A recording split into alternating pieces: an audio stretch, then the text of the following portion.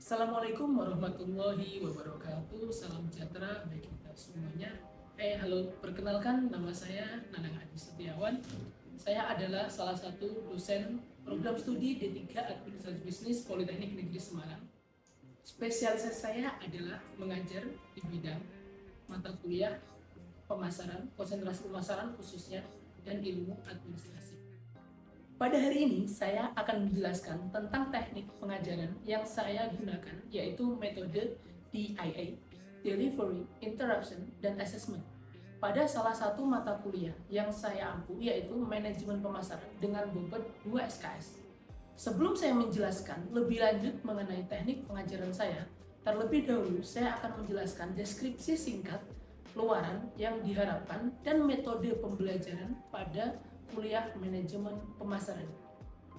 Manajemen pemasaran merupakan mata kuliah yang diberikan kepada mahasiswa semester 1 jurusan administrasi bisnis sebagai landasan dan pondasi bagi mahasiswa untuk menatap mata kuliah di semester berikutnya yang berkaitan dengan pemasaran. Mata kuliah ini memberikan pengetahuan, wawasan, dan keterampilan kepada mahasiswa tentang pentingnya mengelola pemasaran. Dengan mengikuti mata kuliah ini, mahasiswa memiliki pengetahuan dan wawasan yang sesuai dengan dinamika bisnis karena penyampaian materi ini mengikuti tren konsep pemasaran yang terus berkembang. Bentuk studi kasus dari perusahaan secara nyata memberikan keterampilan kepada mahasiswa atas alternatif solusi pemecahan masalah, yaitu dalam bidang pemasaran. Dengan mengikuti mata kuliah ini, mahasiswa diharapkan mampu 1. Menjelaskan konsep inti pemasaran. 2. Mampu membangun kepuasan pelanggan melalui kualitas pelayanan dan nilai. Ketiga, mampu menjelaskan cara mempertahankan pelanggan. Keempat, mampu mengaplikasi metode mengukur kepuasan pelanggan. Kelima, mampu mengaplikasi analisis bisnis dengan metrik BCG. Keenam, mampu menganalisis peluang pasar dengan analisis SWOT. Ketujuh, mampu menyusun rencana strategis pemasaran. 8. Mampu mengidentifikasi persaingan dan tindakan pesaing. Yang terakhir, mampu menyebutkan aspek-aspek pemasaran internasional. Untuk bisa mencapai kemampuan tersebut, mahasiswa akan diberikan topik-topik yang akan dibahas selama 16 minggu dengan menggunakan media pembelajaran offline dan online. Berikut adalah topik-topik yang akan dibahas. Topik pertama yaitu konsep inti pemasaran. Selanjutnya, mempertahankan pelanggan. Kemudian, membangun kepuasan pelanggan melalui kualitas pelayanan dan nilai. Kemudian, menganalisis peluang pasar meliputi struktur pasar. Selanjutnya, perencanaan strategis berwawasan pasar. Kemudian, pemasaran strategis dan strategi pemasaran. Selanjutnya, mengembangkan strategi pasar dan strategi bisnis unit. Selanjutnya, metrik daya tarik industri dan merencanakan bisnis baru. Kemudian, menganalisis industri dan para pesaing. Selanjutnya, unggul melalui proses bisnis. Dan yang terakhir ialah tinjauan aspek-aspek pemasaran internasional.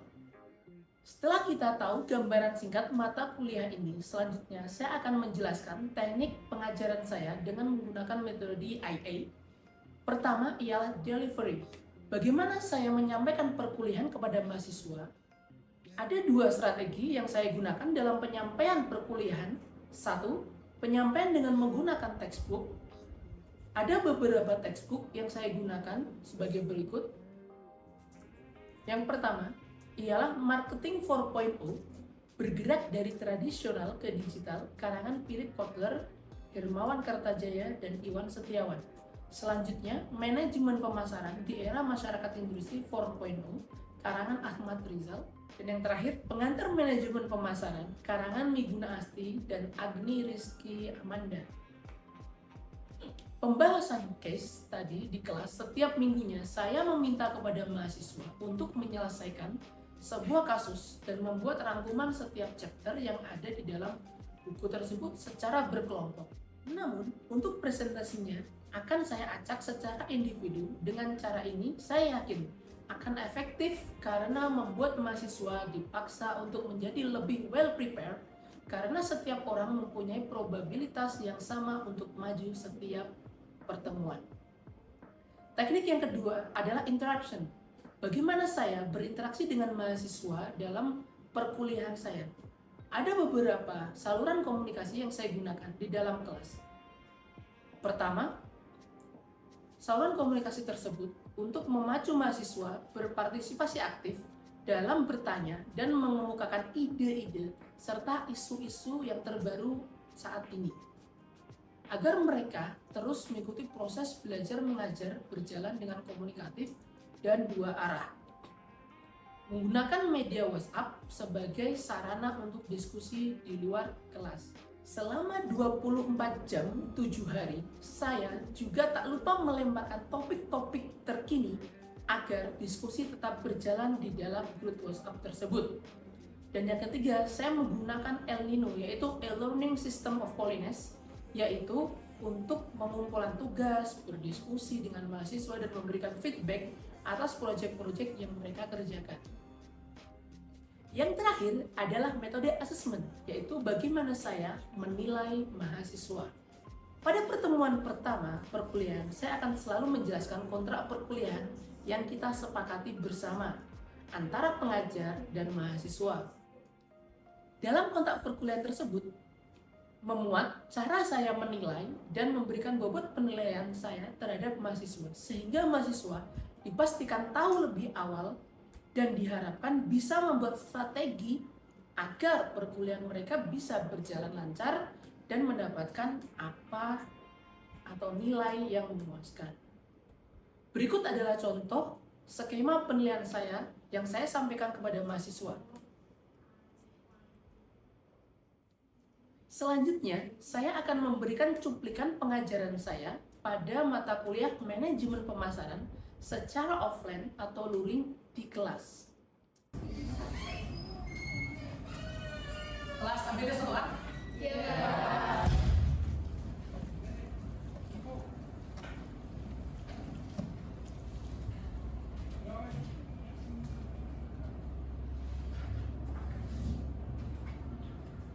Oke, bismillahirrahmanirrahim. Assalamualaikum warahmatullahi wabarakatuh. Waalaikumsalam warahmatullahi wabarakatuh. Selamat siang. Siang. Masih semangat? Masih. Pada siang hari ini kita akan melanjutkan materi sebelumnya, yaitu di mata kuliah manajemen pemasaran. Pada hari ini kita akan membahas perkembangan konsep pemasaran. Sebelumnya kita melihat absen. Apakah di sini ada yang izin? Yang tidak ada dua, Pak. Oke, siapa Mas? Muhammad Sifa Sidik Muhammad Sifa Sidik dan Fioneta. Fioneta, karena Ada izin. oh ada acara. Ya. Oh, bebas komentasi. Oke, terima kasih. Sebelum kita lanjut ke materi selanjutnya, saya akan menanyakan dulu tentang materi yang telah kita pelajari pada pertemuan minggu lalu. Saya ingin menunjuk dua orang untuk menjawab pertanyaan, mengevaluasi apakah kalian itu benar-benar belajar nggak, jangan-jangan habis di kelas lari, lupa kan, seperti itu. Oke, pertama, pasar itu ada 5 jenis. Sebutkan Mas Danang ya? Ya. Oke, Mas Danang, silakan. Jadi ada 5 jenis pasar. Yang pertama itu pasar konsumen, yang kedua pasar sumber daya, yang ketiga pasar pemerintah, yang keempat pasar manufaktur, dan yang kelima pasar perantara. Betul? Tepuk tangan buat Mas Danang. Oke, berarti Mas Danang ini di kos belajar. Untuk selanjutnya, pertanyaan selanjutnya, apa sih tujuan dari pemasaran itu? Mbak, kita coba. Tujuan pemasaran adalah untuk memenuhi kebutuhan, keinginan, dan permintaan konsumen yang akhirnya berdampak pada kepuasan konsumen. Yang akhirnya berdampak pada kepuasan konsumen. Oke. Bagus jawabannya, kita give applause untuk Mbak kita. Terima kasih Mas Danang dan Mbak Dita. Saya yakin dari dua ini yang lain juga belajar ya kan. Untuk selanjutnya, marilah kita lanjut ke materi selanjutnya, yaitu terkait perkembangan konsep pemasaran.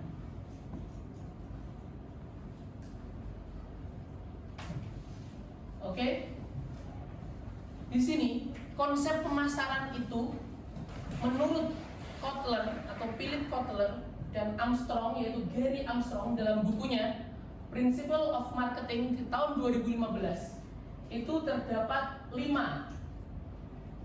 Dibaca paling atas apa? Production concept. Apa itu? Konsep produksi. Yang merah apa? Selling concept. Artinya apa? Konsep penjualan. Yang ungu? Produk konsep. Artinya konsep produk. Kemudian yang orange bawah marketing konsep. Yaitu apa? Konsep pemasaran. Yang terakhir societal marketing konsep, yaitu adalah konsep pemasaran yang berwawasan sosial, atau kita bisa menyebut dengan pemasaran sosial. Oke ya, nanti kita akan ulas satu-satu. Konsep pemasaran merupakan falsafah bisnis yang menekankan pada pemuasan kebutuhan konsumen, seperti jawaban dari Mbak Dita, secara efektif dan efisien, yang merupakan syarat ekonomi dan sosial bagi keberlangsungan hidup suatu organisasi maupun perusahaan. Jadi ya, itu dibagi 5. Kita akan coba melihat apa aja.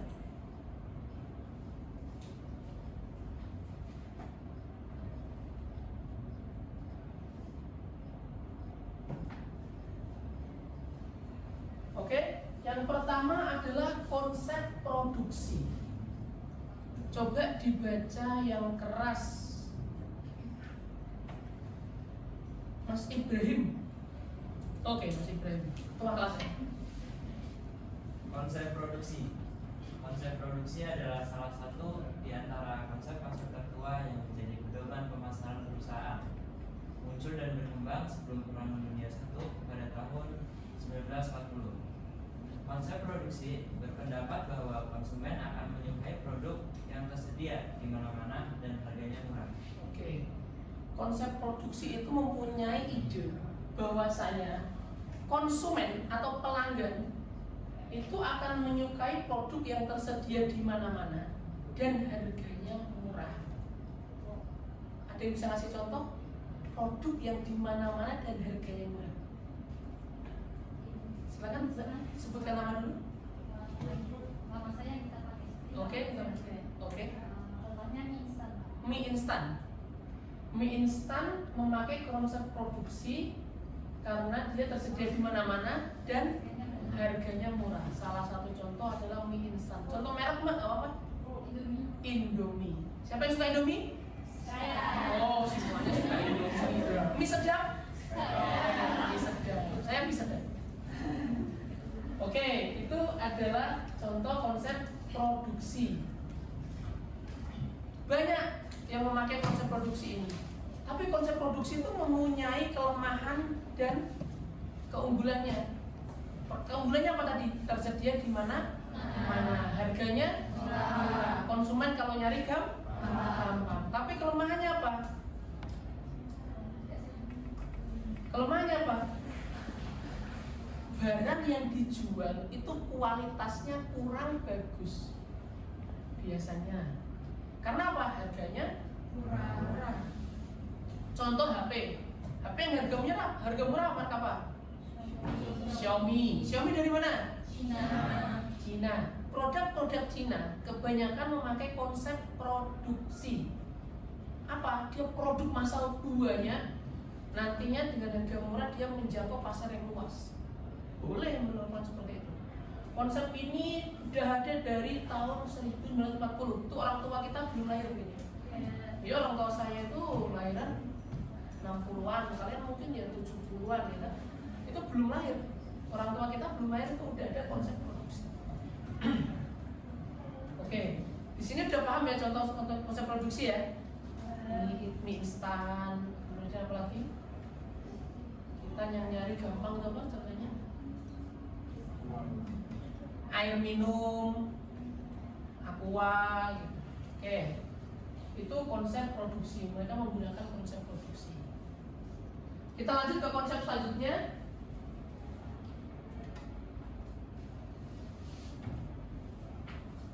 Konsep produk. Silakan dibaca Mbak Tiara. Ya. Yang keras, Mbak. Konsep produk. Konsep produk adalah bentuk lain di antara konsep-konsep tertua yang menjadi pedoman pemasaran perusahaan. Pertengahan tahun 1950 atau setelah Perang Dunia I, konsep produk mengatakan bahwa konsumen akan menyukai produk yang menawarkan mutu, performance, dan ciri-ciri yang terbaik. Para manajer dalam organisasi berorientasi pada produk ini memusatkan usaha mereka untuk menghasilkan produk yang baik dan terus menyempurnakannya. Oke. Jadi konsep produk atau produk di sini ialah menghasilkan sesuatu yang mempunyai mutu atau performa yang baik. Contohnya apa? Contohnya apa? Handphone merek apa? Samsung. Yang lain? iPhone. Kalau Samsung kita masih melihat harga yang murah ya, dengan mutu yang kurang bagus gitu ya tak? Tapi kalau Apple dengan produk HP-nya iPhone itu dia mempunyai harga yang eksklusif setiap launchingnya, ya kan? Setiap iPhone itu launching mesti harganya tinggi, bener kan? Karena dia menggunakan konsep produk yang mana dia menjamin mutu produk tersebut mempunyai kualitas yang tidak kalah dari pesaingnya dan eksklusif tentunya. Oke? Seperti kita melihat orang pakai iPhone, apalagi iPhone 13, 14 sudah ada? Sudah ya? Itu mesti, wah ini berkelas. Tapi kalau kita melihat orang yang pakai HP Xiaomi, padahal Xiaomi pun mempunyai produk yang high end, tapi kita pasti tertanam di benak kita bahwasanya Xiaomi adalah HP yang murah, ya nggak? Padahal Xiaomi juga punya HP yang high end, nggak cuma flagship aja kan? Nah, tapi itulah ya, kita ditanamkan oleh para produsen ini bahwasanya ini loh Apple produk eksklusif, harga mahal tapi barang berkualitas. Itu yang ditanamkan oleh perusahaan-perusahaan yang menggunakan konsep produk seperti itu. Contohnya seperti itu. Ada yang ingin ditanyakan? Paham sampai sini? Oke, kita lanjut ke selanjutnya.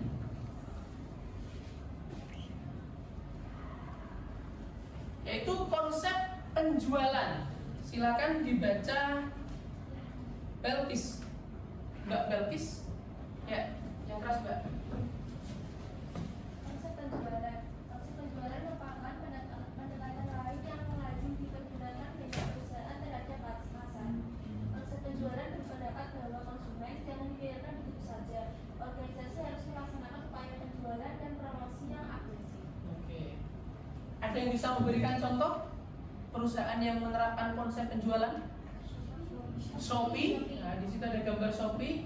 Ketika ada flash sale, entah itu 12-12, 10-10, 11-11, 66 yang saat ini udah lewat ya 66 ya. Itu mesti banyak sekali barang yang terjual, ya kan? Shopee tidak akan membahas produk-produk yang barangnya masih banyak tapi belum terjual, dia tidak akan membahas itu. Dia akan membahas bagaimana dia menjual sebanyak-banyaknya. Itu adalah konsep penjualan. Dia tidak mikir, oh stok di gudang masih segini. Itu enggak. Dia mikirnya jual. Itu adalah konsep penjualan. Konsep penjualan ini tercenderung tidak atau mengabaikan ilmu administrasi persediaan, yaitu terkait stok. Karena mereka lebih ke ayo jual, nanti kita diakumulasi di akhir. Oke, bagaimana dia menarik konsumen untuk agar membeli. Sering toh ketika ada flash sale 6655 beli, paling gampang beli. Karena apa? Di situ harga ada diskon ongkir, ada diskon barang gitu. Dia tidak memikirkan margin yang dia dapat terlalu rendah. Dia tetap untung walaupun rendah. Nah itu penting dia melakukan penjualan yang masif. Jadi dia lebih mementingkan kuantitas penjualan daripada kualitas. Gitu ya. Paham di sini? Ada yang bisa memberikan contoh lain selain Shopee? Contoh lain selain Shopee? Ya silakan Mbak, sebutin nama. Saya Gina. Oke Mbak Gina. Lazada, Tokopedia, TikTok Shop juga melakukan hal yang sama ketika ada tanggal di bulan yang bersamaan itu. Oke, seperti itu. Itu adalah momen yang mengawali momen ini memang Shopee. Jadi saya ngambil contoh Shopee. Yang lain itu adalah followernya atau mengikuti konsep yang dicanangkan oleh Shopee. Oke, itu adalah konsep penjualan. Kita akan melanjutkan konsep yang keempat, yaitu konsep pemasaran. Boleh dibantu dibaca Mbak Fasya? Oke, silakan. Konsep pemasaran, prinsip-prinsip pokoknya baru sepenuhnya terwujud pada pertengahan tahun 1970-an. Konsep pemasaran mengatakan bahwa kunci untuk mencapai tujuan organisasi terdiri dari ketentuan kebutuhan dan keinginan pasar, sasaran, serta memberikan kepuasan yang diharapkan secara lebih efektif dan efisien dibandingkan para pesaing. Oke. Jadi konsep pemasaran itu dia intinya ialah memenuhi kebutuhan konsumen. Gimana caranya dia bisa memenuhi kebutuhan konsumen? Ada yang tahu? Survei itu adalah termasuk dari riset atau riset pasar namanya. Jadi dia melakukan survei, oh konsumen ini butuhnya apa? Oh orang Indonesia itu butuhnya apa? Oh orang Amerika itu butuhnya apa? Minuman seperti apa? Makanan seperti apa? Kalau kalian makan di KFC Indonesia dengan Singapura itu udah berbeda rasanya. Apalagi dengan Amerika, nggak ada di sana KFC pakai nasi. Di sana pakainya kentang, nggak ada KFC pakai nasi. Itu adalah konsep pemasaran. Dia menyesuaikan kebutuhan konsumen di daerah tertentu atau di segmen pasar tertentu. Misal Coca-Cola. Kalau di Indonesia, Coca-Cola itu nggak cuma menghasilkan minuman berkarbonasi, tapi dia juga menghasilkan air mineral, teh dan sebagainya. Jadi Coca-Cola Company yang di Amerika itu rasa kolanya itu beda juga dari Indonesia sama yang di sana. Pepsi seperti itu. Karena dia menyesuaikan di daerah Indonesia. Kalian makan McD di Indonesia sama di Amerika sangat berbeda rasanya. Bumbunya udah berbeda. Makanya di sini pakai nasi kan. Ada yang bawa magicom sendiri kan. Nah itu karena kita udah berbeda lidah itu, mereka riset pasar kemudian menyesuaikan selera konsumen di negara-negara masing-masing. Seperti itu. Itu konsep pemasaran.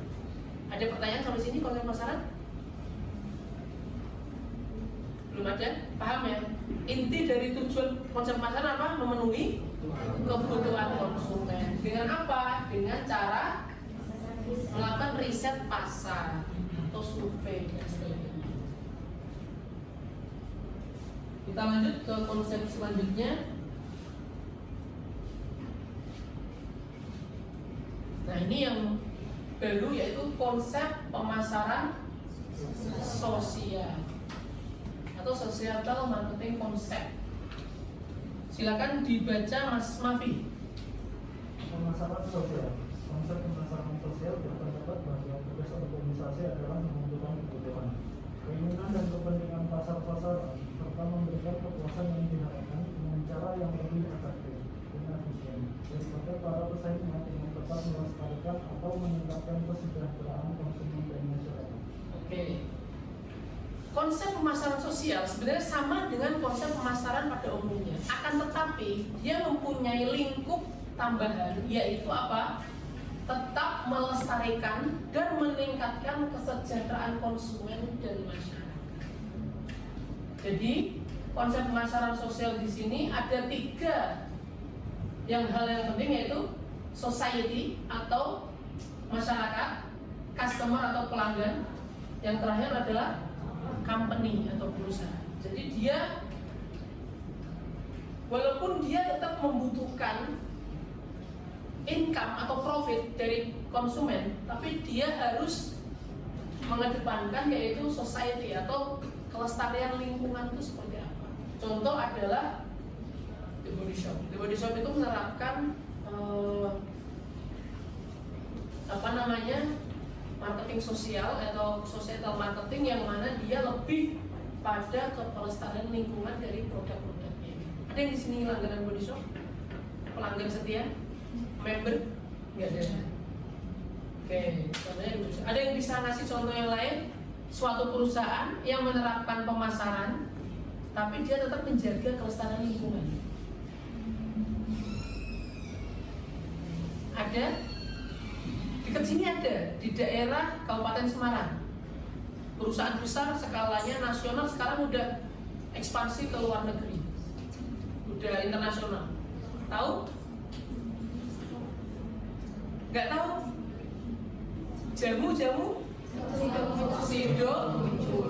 Sido muncul itu menerapkan konsep society marketing, yang mana dia tetap melestarikan dari limbahnya Sido muncul itu 0%. Karena apa? Limbah terakhir dari ramuan-ramuan yang dia buat untuk jamu itu dialokasikan sebagai pupuk untuk masyarakat sekitar. Di sana di perusahaannya dia juga sudah mempunyai perkebunan, yang mana di situ hasil limbahnya dijadikan pupuk di situ sebagai contoh bahwasanya pupuk ini bukanlah limbah, tapi pupuk ini bermanfaat untuk pertanian. Itu contoh dari Sido muncul. Oke? Sampai sini ada pertanyaan? Belum ada? Kalau tidak, ada 5 konsep tadi, apa aja? Pertama, Konsep produksi, konsep produk, konsep pemasaran, konsep penjualan, konsep pemasaran sosial. Bedanya konsep pemasaran sama pemasaran sosial adalah kelestarian lingkungan atau masyarakat sekitar. Oke? Cukup? Nah, itu tadi adalah cuplikan saya mengajar kepada mahasiswa secara offline atau luring di kelas. Baik, itu saja yang bisa saya sampaikan dalam video ini. Terima kasih, semoga bermanfaat. Sampai berjumpa kembali. Wassalamualaikum warahmatullahi wabarakatuh.